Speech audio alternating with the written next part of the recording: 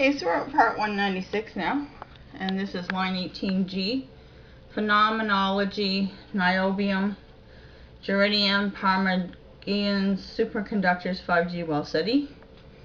There's the alien radio signal, and this is quotes from Wiki. The class of constitutive relations of the form stress rate, F velocity gradient stress density was the subject of Walter Knoll's dissertation in 1940 under Clifford Truesdell.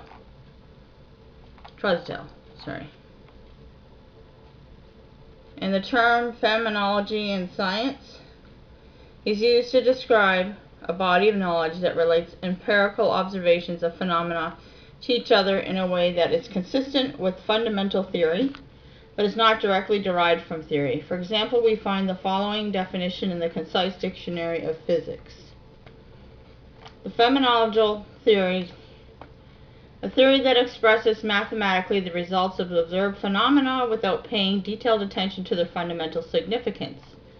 So the name is derived from phenomena from Greek. It means study or research. Okay?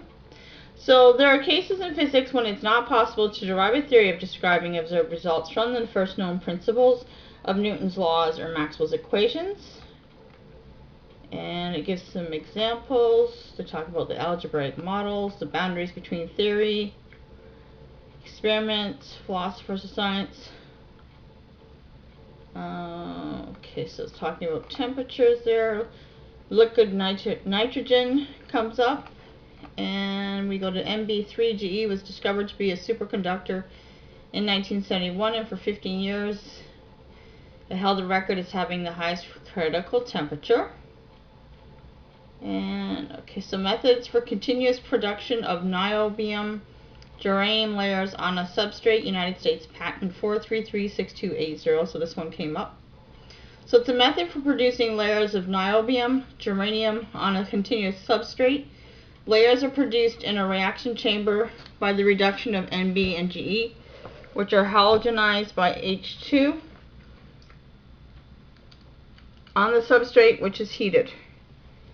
Uniform high current density of the Mb3Ge layers throughout the length of the substrate is ensured by the addition of a small amount of water vapor, which is admixed in accordance with the invention to a reaction gas mixture containing H2 gas and Nb and Ge halogenides.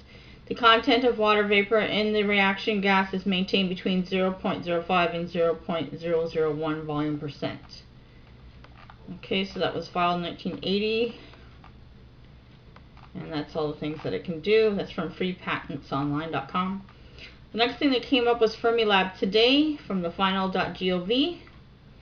They're talking about purifying liquid argon for neutrino experiments. There are cases in physics when it is not possible to derive a theory for describing observed results from the first known principles, such as Newton's law of motions or Maxwell's equations or electromagnetism. Okay, so it looks like my stuff's kind of squishing in here together.